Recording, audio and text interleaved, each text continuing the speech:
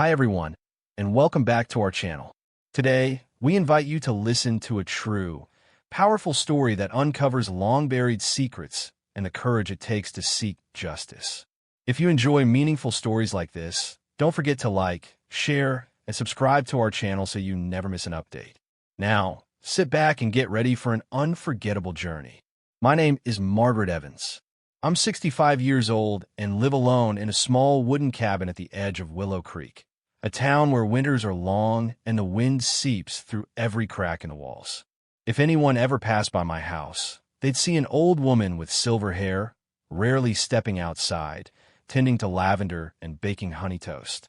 But no one knows that behind these thick sweaters and quiet eyes lies a life full of fractures. I wasn't born in Willow Creek. I was the result of a fleeting affair my mother, Linda, had with a stranger during a trip to New Orleans. She was only 21 then, unmarried. When she returned to Colorado pregnant, her family considered it a disgrace.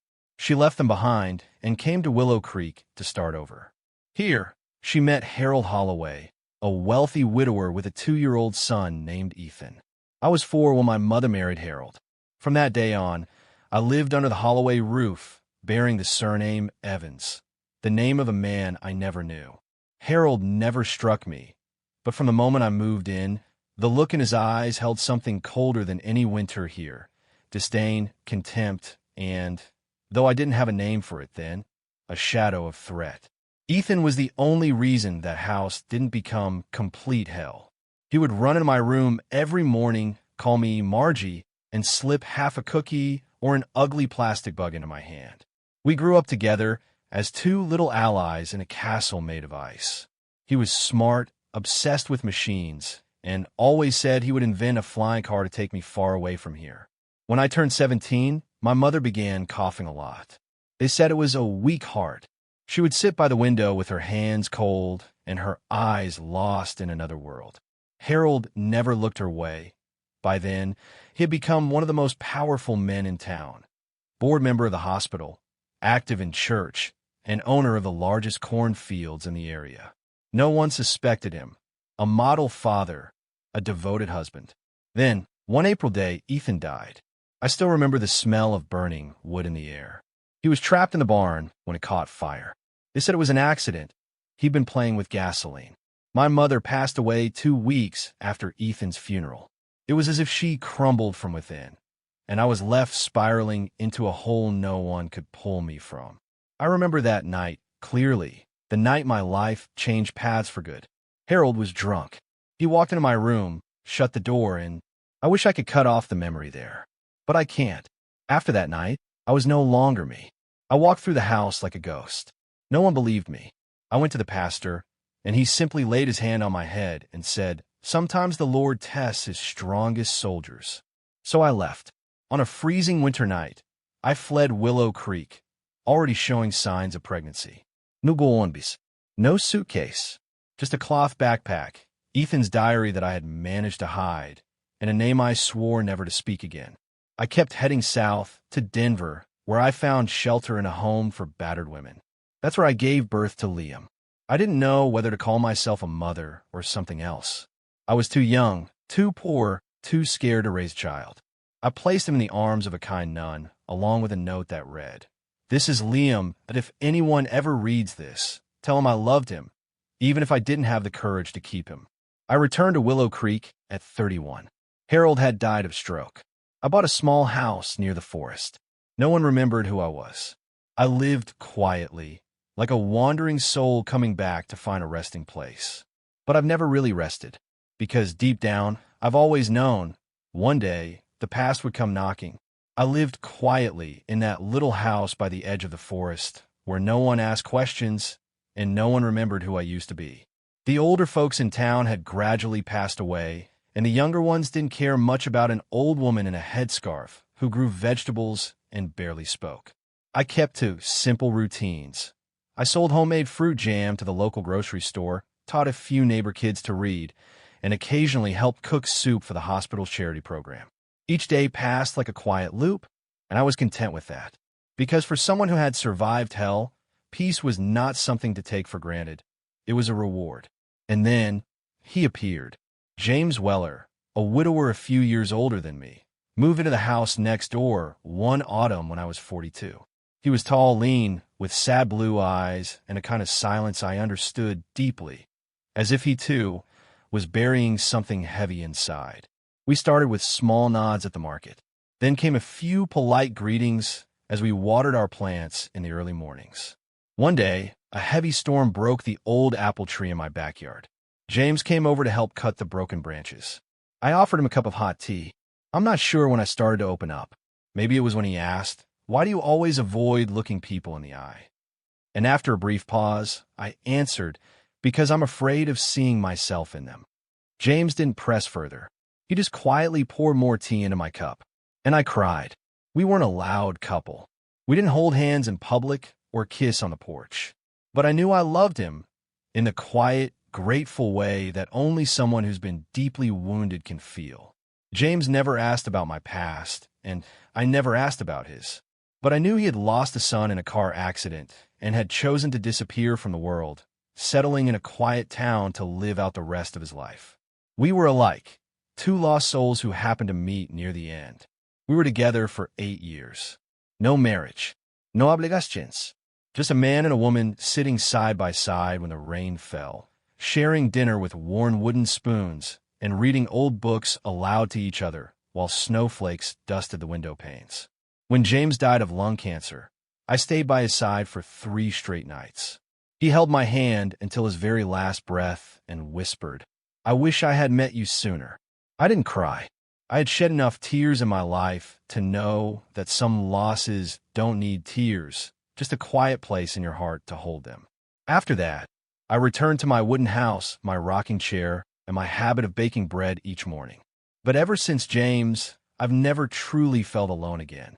Because at least once in this life, I had been loved, and once was enough. I rarely had visitors. At my age, people only came by if they needed some basil or wanted my apple pie recipe. So that morning, when I heard 3 firm knocks at the door, I knew this wasn't one of those visits. I opened it and saw a young man, perhaps in his early 30s, standing on my porch. He wore a dark leather jacket, had neatly trimmed facial hair, brown eyes, and a face that made my heart skip a beat, as if I had seen him before in some long-forgotten dream. "Sorry to bother you," he said, his voice calm, tinged with hesitation. "My name is Liam Carter. I'm looking into someone who once lived in Willow Creek, Ethan Holloway." I gripped the doorframe tightly, my heartbeat pounding in my ears. That name, though buried for nearly 40 years, was still a tidal wave waiting to drown me. "I heard you used to live with the Holloway family," Liam continued. "I'm working on a personal project, investigating unsolved rural deaths, especially from the early 1980s. I stared at him for several seconds. My instincts told me this man wasn't here just for a name on an old file. There was something in his eyes, a hunger for truth, yes, but also a deep, unhealed wound that compelled me to speak. "Come in." We sat across from each other in my small kitchen. I poured him some tea, the same way I used it for James, and long before that, for Ethan. "What did you say your name was?" I asked again, needing to hear it one more time. "Liam Carter," he replied with a faint smile, one shadowed by caution. "I grew up in Denver. I was adopted as a baby. Recently, I've been searching for information about where I came from. I have very few clues, just one old note left in the basket I was found in. It reads, 'If anyone ever reads this, tell him I loved him, even if I didn't have the courage to keep him.'" My hands trembled. The teacup rattled slightly on the table. Liam didn't notice. He opened his bag and took out a folded piece of paper, placing it gently in front of me. I recognized my handwriting. There was no mistaking it. No one else wrote those words but me, the 18-year-old girl, curled up in a charity hospital in Denver, having just given birth, writing through her tears. I turned my face away, afraid he would see something in my eyes he wasn't ready to know. "And why Ethan?" I asked, steadying my voice. "I received an anonymous letter, no return address, with a copy of a short 1983 newspaper article about Ethan's death. It claimed the death wasn't what it seemed, and if I wanted to uncover the truth about where I came from, I should start here." I closed my eyes. Inside me, chaos. Someone was digging into the soil, I'd so carefully layered over the past 4 decades.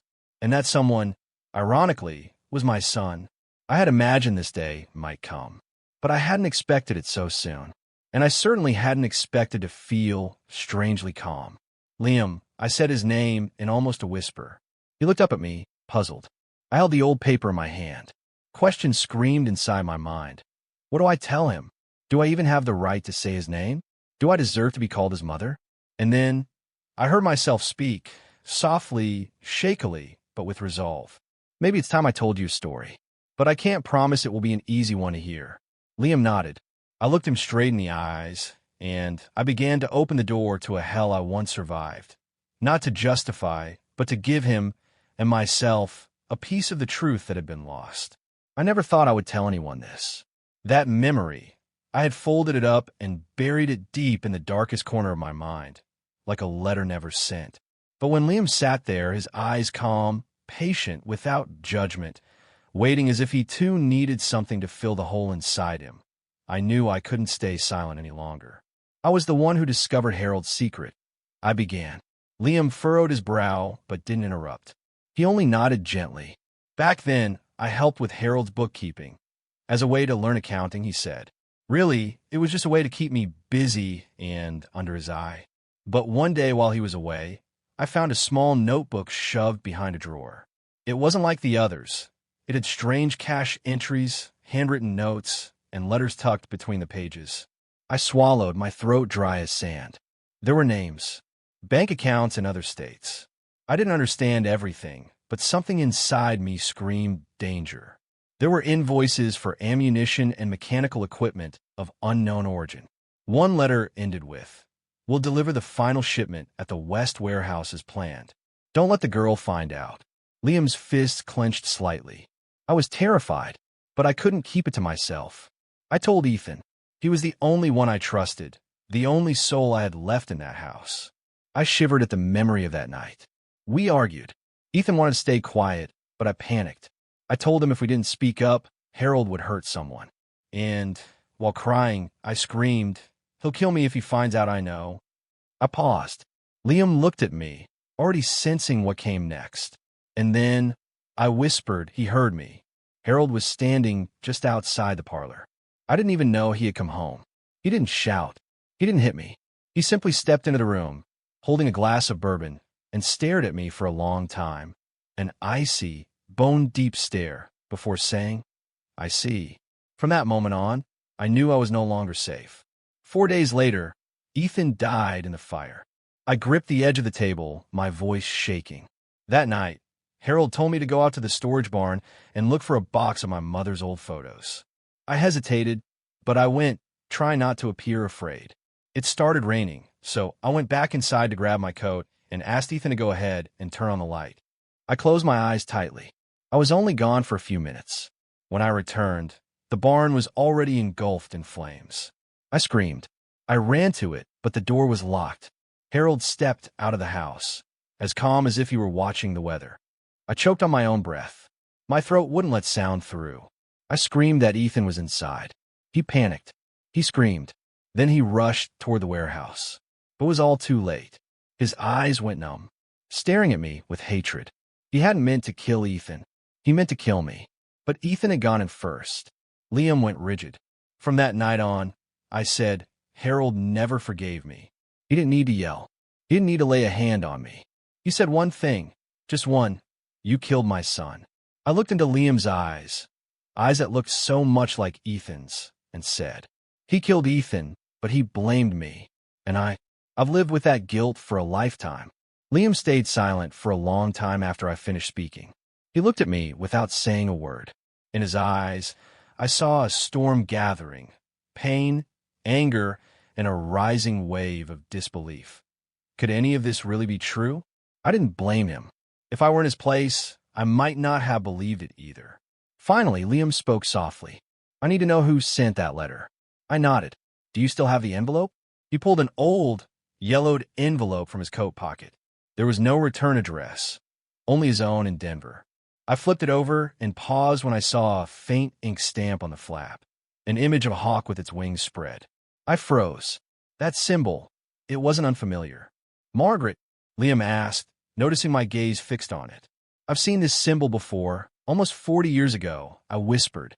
It was on a business contract Harold threw into the fireplace. I only caught a glimpse before he burned it. Liam blinked. I can trace it. I work in data analysis. I have access to bankruptcy and business filings from before 2000. 3 days later, he returned with a folder of printed records. There was a company called Silverhawk Logistics, registered in Willow Creek in the late 1970s. The owner was a man named Raymond Kessler. He filed for bankruptcy in 1983, the same year Ethan died. Cause: he lost all his shipping contracts after Harold Holloway unilaterally cut ties. He said opleids, stelzeth, Kessler, imuamuel. Yes, I remember him. Middle-aged, always wore a baseball cap and smoked cigars. He used to come to our house a few times to negotiate contracts. The last time I saw him, Harold kicked him off our property like some beggar. Liam nodded. I found an old address in the outskirts of Boulder, where he was last registered. I'm going to try to meet him. I reached out and held Liam's hand. You need to be careful, I said, looking straight into his eyes. If what I saw in those ledgers really involves weapons trafficking and money laundering, then Harold wasn't acting alone. And the others involved, they may still be watching. Liam gave me a faint, bittersweet smile, but his eyes were steady. I've spent my whole life searching for my mother. Now I found her. If there's one thing left to do, it's to bring justice to the person you loved most, Uncle Ethan. That night, for the first time in many years, I lit the old oil lamp Ethan once fixed for me. The dim flame didn't just light the kitchen. It warmed a part of my memory I thought had long gone cold. And I knew the Real storm was just beginning. Boulder greeted Liam with a dry, biting chill. He stood before a small, aging wooden house at the end of a quiet street. The last known address of Raymond Kessler, former owner of Silverhawk Logistics, who went bankrupt in 1983 after Harold Holloway severed all contracts. A rusted mailbox hung from the broken fence. The front door was ajar. Liam approached and knocked 3 firm times. "Anyone there?" he called. A few seconds passed. Then a rough, hoarse voice answered from inside, cautious and wary. "Who is it?" "My name is Liam Carter." "I'm not selling anything," Liam replied quickly. "I'd like to ask you about someone named Harold Holloway." The door creaked open slowly. A frail old man with thinning white hair, wearing a thick coat and gripping a cane, peered out. His eyes were sharp, though dulled with time. "Holloway," he growled. "You a reporter?" "No, I'm just investigating something that happened years ago in Willow Creek. I think you might be the only person left who can help." Kessler stared at him for a long moment, then exhaled. "Come in, but I won't promise I'll answer everything." The house smelled of old wood, stale coffee, and tobacco. Maps, torn newspaper clippings, and a locked file box lay scattered on a dusty table. Liam noticed a faded photograph on the wall. Kessler, much younger, standing beside. "Harold Holloway. I knew him." Kessler spoke before being asked. "He used to be my biggest client, until I realized I was just a pawn." "You ran Silverhawk Logistics?" "I did. I handled shipping for Harold's farm and warehouses for 7 years. At first, it was all produce, fertilizer, farm equipment. But then there were odd shipments, no paperwork, no clear origins, sent to abandoned industrial sites out of state." "Did you ever ask questions?" "I did, and I lost everything." Kessler poured a splash of whiskey into a glass. No offer for Liam. After I confronted him, he canceled every contract. A week later, I was audited and accused of tax fraud. I didn't even get the chance to defend myself. I lost the company, my reputation, my wife left, and my daughter moved to New Jersey and never spoke to me again. Liam sat still, his mind racing. "Did you ever hear anything about the barn fire in Willow Creek in 1983? The victim was Ethan Holloway." Kessler went still. "Ethan," he murmured. "I remember the boy. Harold's son, right? His funeral was private, quiet. But I always thought that death wasn't an accident. Why?" Kessler glanced at Liam. 3 days before the fire, I received a strange letter, no return address. Inside was one sentence: "Don't stay silent, or the next child will be someone else's." I thought someone was warning me, but I was too afraid to get involved again. Liam felt his chest tighten. He pulled out the envelope he'd received, the one with the hawk symbol, and handed it to Kessler. Have you ever seen this hawk stamp before? Kessler took the envelope and studied it. A slow frown crept across his face. This is the old logo of Silverhawk Logistics. My company, but I haven't used it since we shut down. Then someone else still has access to it and used it to contact me. Kessler narrowed his eyes. Who are you to all this? What's your connection to Holloway? Liam hesitated, then said quietly, I'm the son of someone who once lived in that house. I need to know what really happened. Kessler was silent for a moment. Then he stood up, walked to an old wooden chest, opened it, and pulled out a dusty envelope. Someone sent me a copy of a handwritten note, supposedly from Ethan, but I was never sure. I kept it because something told me it mattered. Liam opened the letter, his hands trembling. The handwriting was youthful, slanted, familiar. If you're reading this, I may already be gone. I found something in my father's storage. I'm worried for my sister Margaret. Please keep the old contract if it still has any worth. Liam gripped the letter tightly. All his doubts had now crystallized into one thing: resolve. Willow Creek in winter looked like a washed-out painting. Rooftops crusted in frost, bare trees silhouetted against gray skies, and mist weaving through the alleys like cold smoke.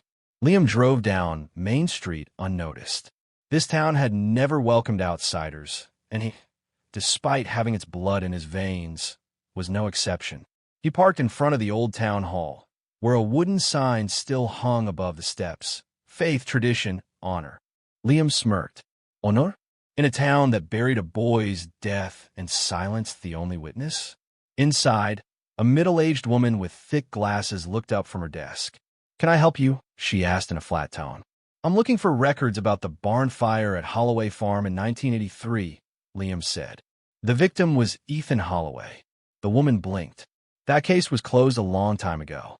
Officially ruled an accident. No public access permitted. I have a personal connection. Ethan was my uncle. There was a pause. Then she stood, disappeared into the back archives, and returned minutes later with a thin file, which she placed before him. You may read it here. No copies allowed. Liam opened the folder. The content was suspiciously sparse. A few photos of the scene, a sketch of the barn layout, a basic autopsy report concluding death by smoke inhalation, but no analysis of the locked door or accelerant traces. Worse yet, the witness testimony section made no mention of Margaret Evans, the woman who lived in the house the night it happened. She didn't exist in the file. Liam looked up. Why is there no statement from Margaret? The woman hesitated, then replied curtly. Maybe she wasn't asked to testify, or maybe she was forced to stay silent. She narrowed her eyes. Who are you? I'm Margaret's son. The room fell into a heavy silence. Then she spoke, almost in a whisper. If I were you, I wouldn't dig too deep. Willow Creek is used to silence. On his way back, Liam stopped at the town cemetery. A small stone read, Ethan Holloway, 1966 to 1983. No epitaph, no flowers, no signs that anyone had ever come to visit. He stood for a long while, then knelt and placed Ethan's letter on the cold marble. The wind picked up, sweeping his hair sideways, like a whisper from the past. If anything happens to me, please believe it wasn't an accident. Liam whispered back, I promise, Ethan, I won't let you die a second time. That morning, when Liam returned to Margaret's wooden cabin, she was sitting by the window knitting. Pale sunlight poured across her shoulder, making her silver hair glow softly. Did you learn anything new? She asked without turning around. Liam sat down across from her. His face was solemn. I went to the town hall. The fire report was incredibly thin. Your name wasn't in it. No real evidence. Margaret nodded. I know. Harold paid to erase everything. In this town, it kept quiet because it owed him. I also spoke to Raymond Kessler, Liam continued. He still had a copy of a letter Ethan sent him before he died, and a transportation contract Harold forced him to cancel. The names in it, the delivery sites, they all linked to areas later investigated by the FBI in the late 80s. Margaret raised her eyes. Did you find anything else? Liam pulled out a printed document from the National Archives he had just obtained. a 1991 federal report outlining illegal weapons and cash transport routes. One location mentioned was Holloway Farms, suspected as a transit point, but due to lack of evidence, the file had been closed. No one ever followed up because Harold died shortly after, Liam said, and every lead vanished into silence. Margaret looked at him for a long time. Then she softly asked, "So what will you do?" 2 weeks later, a headline appeared on the Colorado Chronicle. "The Forgotten Death, Willow Creek Case of 1983 Reopened." Liam had submitted the full file to an independent investigative journalism group. The evidence, from Ethan's letter, Kessler's old contracts, and declassified federal documents, was too compelling to ignore. At first, the town reacted with outrage. People didn't want their past disturbed. But as the story spread and TV stations began covering it, Ethan's name returned to the public. The image of a brown-haired boy with a bright smile emerged, and slowly, public sentiment began to shift. A group of young people from Willow Creek built a small memorial beside the cemetery, where Ethan had rested for 40 years, forgotten. A new wooden plaque was placed there, inscribed, "Ethan Holloway, the boy who saw the truth and burned for his courage." That afternoon, Margaret stood beside Liam at the memorial. The wind was crisp but no longer bitter. In her hand was a woolen scarf, the last thing she ever knitted for Ethan, but never had the chance to give. "You've done what I never dared," she said, eyes glistening. "You stood up. You spoke the truth." Liam gently took her hand. "We did it. Together." As the sun set, golden light fell over the engraved words on Ethan's stone, not cold anymore, but glowing, as if Ethan himself were smiling. And somewhere in the breeze, a whisper seemed to say, "Thank you for not forgetting me."